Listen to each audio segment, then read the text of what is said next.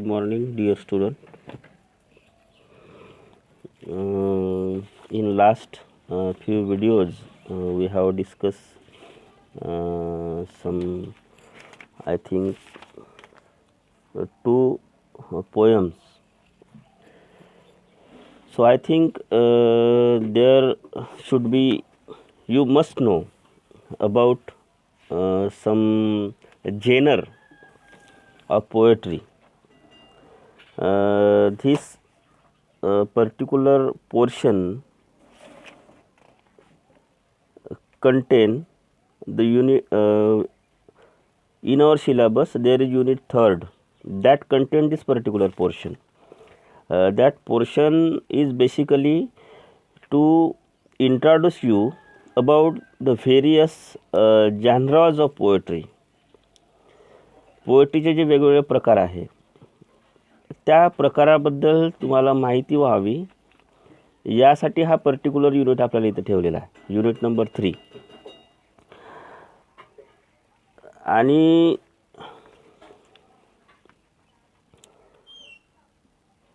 इथे आपल्याला पाहायला मिळेल की बेसिकली आपला जसं इंग्लिश लिटरेचरला जेव्हा तुम्ही ॲडमिशन घेता तेव्हा आपल्या विद्यापीठाचा एक कोर्स ठरलेला आहे.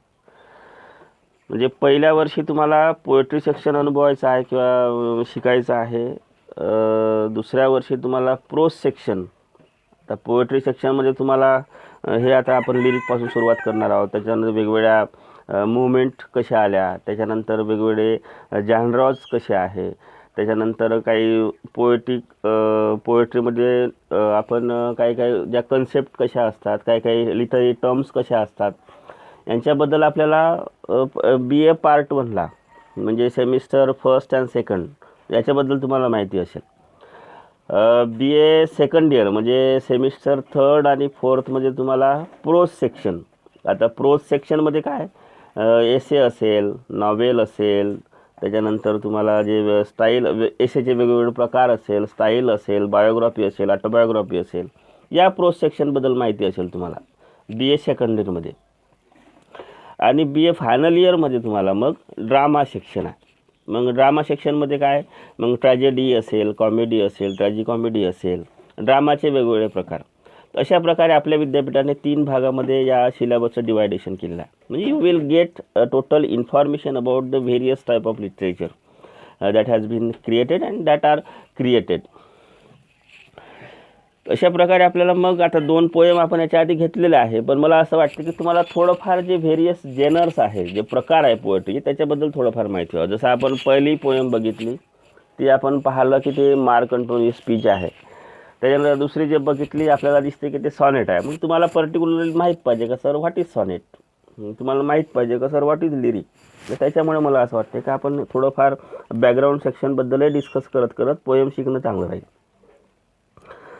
So, I have taken this particular part for discussion today. So, what is lyric? A lyric is short poem in which a single narrator speaks to express his state of mind or even to convey to reader the process through which this narrator experiences or understand something. पहा, lyric is a short poem.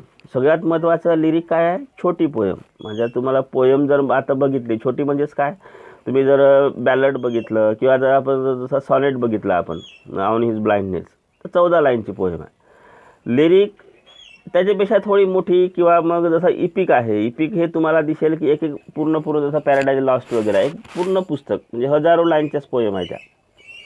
जसं आपलं EPIC आता ते paradise lost तुम्ही वाचलं नसेल, पण आपलं इंडियन कल्चर असल्यामुळे तुम्हाला महाभारत, रामायण वगैरे माहीत असेल. हे सुद्धा इपिक आहे.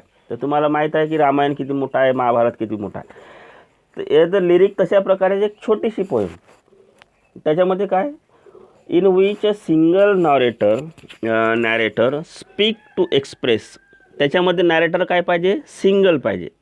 आता जनरली लिरिकला आपण मराठीमध्ये भावगीत म्हणतो. तर भावगीतचा अर्थ काय की मनामध्ये येणारे जे भाव असतात त्याला वाट मोकळी करून देणे.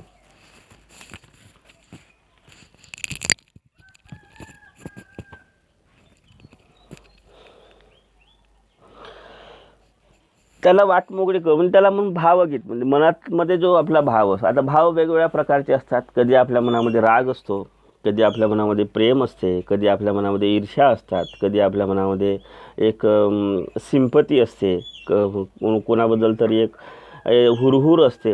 हे वेगवेगळ्या प्रकारचे येणारे मनामध्ये भाव असतात. तर तुम्हाला लिरिक जेव्हा आपण विचार करतो, तर लिरिक हे already it is very short poem and it must content only one single emotion. म्हणजे आता असं म्हणता येणार नाही की जसं एखादी लिरिक लिहिलं आहे बा, त्याच्यामध्ये मग राग आणि प्रेम या दोन्ही विषयावर बोललं जाईल, नाही. फक्त एक सिंगल इमोशन तिथे तुम्हाला एक्सप्रेस करायचे आहे. सिंगल नॅरेटर, आणि नॅरेटरसुद्धा कसा राहील, सिंगल नॅरेटर तिथे राहील. Single narrator speaks to express. Express करणे म्हणजे काय, व्यक्त करणे. ही state of mind. State of mind म्हणजे मनाची परिस्थिती, जे काही मनाची परिस्थिती असेल.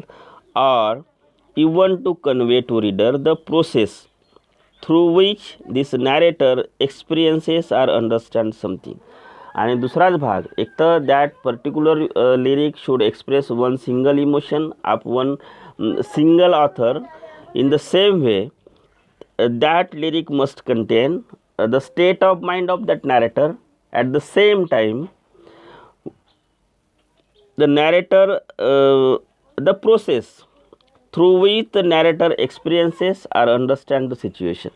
आणि एखादी परिस्थिती, एखादी येणारी जी परिस्थिती असेल ती समजण्यासाठी कशा प्रकारची जी प्रोसेस आहे, म्हणजे एखाद्याबद्दल एखादा भाव निर्माण होणारी प्रोसेससुद्धा आहे. म्हणजे एखाद्याबद्दल प्रेम जागृत झालं, त्याच्यामागची काय कारणमीमांसा आहे, त्याच्यामागचा काय भाव आहे बा, त्याच्यामागची प्रोसेस कशी आहे, ते सुद्धा त्या लिरिकमध्ये तुम्हाला लिहिता येईल किंवा लिहिता येईल. The narrator in the lyric may be speaking alone, thinking aloud by himself. In the process allowing reader to gain an understanding of how he is feeling at a certain time about a certain subject. आणि अशाच प्रकारे lyric म्हणजे भावगीत व्यक्त करणारा जो काय narrator असेल, तर त्याची जेव्हा लिरिक आपण जेव्हा ऐकू तेव्हा आपल्याला म्हणजे तो he is only single narrator, he is telling ही स्टोरी. जेव्हा ती स्टोरी तो सांगत असेल, तर what was the cause that is responsible to create such type of feeling in the mind of that particular author, that narrator. त्याच्या मनामध्ये भाव निर्माण होण्यासाठी काय कारणमीमांसा काय आहे, त्याच्यामागचं काय कारण असेल, हे आपल्याला त्या लिरिक वाचल्यानंतर समजून येईल. म्हणजे that lyric should allow reader to get that understanding about that the feeling of that particular author, particular of narrator. For instance म्हणजे for example, Emily Dickinson's I heard a fly buzz convey to reader the state of mind of narrator at the time of death. आता हे एक lyric आहे कोणाचं, I heard a fly बज, हे इमिली डिकन्सनचं एक lyric आहे. याच्यामध्ये आपल्याला जेव्हा ते लिरिक वाचतो आपण, आय हर्ड फ्लाय बज, तर तेव्हा स्टेट ऑफ माइंड म्हणजे मृत्यूच्या जवळ माणूस असताना माणसाच्या मनाची स्थिती कशी असते हे आपल्याला त्या लिरिकमधून कळून येते.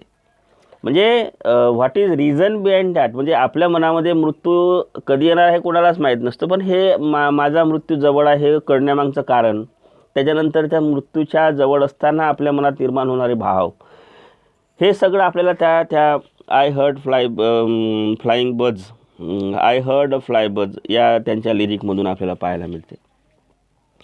The narrator of I heard a fly बज addresses the reader directly at the start of poem, which is characteristic feature of the lyric, and say. आता पहा, आता लिरिकची एक कॅरेक्टरिस्टिक आपल्याला इथे माहीत झाली की लिरिक काय करतो आपण, डायरेक्ट ॲड्रेस करू शकतो. म्हणजे तिने जे हे म्हणजे लिरिकची सुरुवात जी केली आहे, डायरेक्ट कोणाला ॲड्रेस केली आहे, रीडर लोकांना. जसं आपण ॲड्रेस करणं म्हणजे काय, एखाद्याला आवाज देणे, एखाद्याला ए इकडे ये आपण आवाज देतो, किंवा ए माझं ऐक, अशा प्रकारचं ॲड्रेशन. तर एक लिरिकची हे सुद्धा एक क्वालिटी आहे. पहिलं आपल्याला एक पाहायला मिळते कॅरेक्टरिस्टिक्स, की lyric is directly address to the reader. काय कॅरेक्टरिस्टिक मिळते आपल्याला, lyric is directly address to the reader.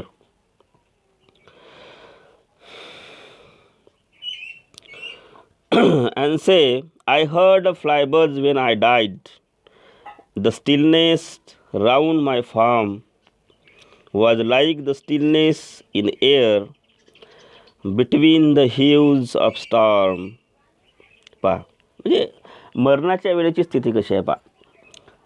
O reader म्हणजे आता इथे जरी ओ रीडर म्हटलं नाही तर हे डायरेक्टली ॲड्रेस केलं आहे. कसं, आय हर्ड अ फ्लाय बज व्हेन आय डाईट. फ्लाय म्हणजे ज्या माश्या असतात, बज म्हणजे बजिंग साऊंड. जसं तुम्हाला कधी अनुभव आला असेल की एखाद्या वेळेस आपल्या जोराने जर एखादा माशांचा गोडका वगैरे गेला असेल, आपल्या ज्या मधमाशा वगैरे असेल, याचा एक बजिंग साऊंड, एकदम आपले कान असे बज झाल्यासारखे वाटतात, तो बजिंग साऊंड.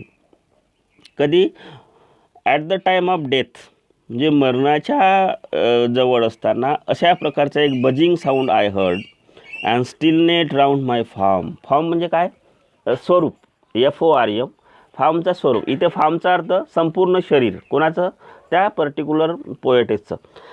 त्या पोएटेसचं शरीर म्हणजे माझ्या संपूर्ण शरीराभोवती एक स्टिलनेस, एक शांतपणा आहे. फक्त I am hearing, I heard only that buzzing sound when I was going to die. Was like a stillness in air between the heaves of storm. आणि ही परिस्थिती जी अशी होती, स्टिलनेस इन एअर म्हणजे हवासुद्धा कशी आहे, शांत आहे. पहा इथे, between the heaves of storm. आता स्टॉर्मचा अर्थ काय होतो, मोठं वादळ. म्हणजे मोठ्या मोठ्या वादळामध्ये हवा अशी शांत आहे. हे तुम्ही कल्पना करू शकता की मरणाच्या वेळची परिस्थिती माणसाची किती भयंकर असेल. म्हणजे when we are going to die at that time such type of feelings might have emerged or might emerged in each and every one's mind. म्हणजे सगळं तुमचं शरीर शांत आहे, मरणाच्या तुम्ही शांत बसलेले आहे आणि फक्त तुम्हाला एक तुमचे कान बज झालेले आहे, बजिंग साऊंड फक्त तुम्हाला ऐकू येत आहे. आणि तो साऊंड कसा आहे, असं जणू काही संपूर्ण वारा शांत आहे. कशामध्ये, जेव्हा तिकडे मोठे मोठे वादळं उठत आहे. म्हणजे असं वाटतं एक जणू काय आपल्याला एकीकडे मोठे मोठे वादळं उठत आहे, ह्यूज ऑफ स्टॉर्म, आणि त्या वादळांच्या मध्ये हवा आपली कशी शांत आहे, शरीर पूर्ण शांत आहे, फक्त बजिंग साऊंड माझ्या कानाशी. म्हणजे कशी भयावरच परिस्थिती तुम्हाला पाहायला मिळेल. म्हणजे एक तर जिथे स्टॉर्म आहे तिथे हवा पण हलत राहायला पाहिजे का हवा चालू पाहिजे, पण त्याच्या विरोधी आपल्याला इथे एक प्रकारचं विरोधाभास आपल्याला इथे पाहायला मिळतो की एकीकडे वादळं उठत आहे, ह्यूज ऑफ स्टॉर्म, आणि त्या वादळांमध्ये हवा पण शांत आहे, माझं शरीर पण शांत आहे आणि फक्त बजिंग साऊंड ऐकू येत आहे. म्हणजे अशी भयंकर परिस्थिती आपल्याला at the time of death we generally experience, or narrator generally experiencing, and she is telling that. The narrator is communicating to the reader his point of view about the atmosphere that surround him at the time of death. म्हणजे अशा प्रकारे तिच्या भोवतालचं atmosphere कसं आहे, ज्यावेळेस आपण मृत्यूशय्यावर ती म्हणजे झोपलेली असेल and she is about to die, तशा वेळेस संपूर्ण सराउंडिंग तिला कशी वाटत आहे त्याचं एक डिस्क्रिप्शन या पोयममध्ये नॅरेटरने द्यायचा प्रयत्न केलेला आहे.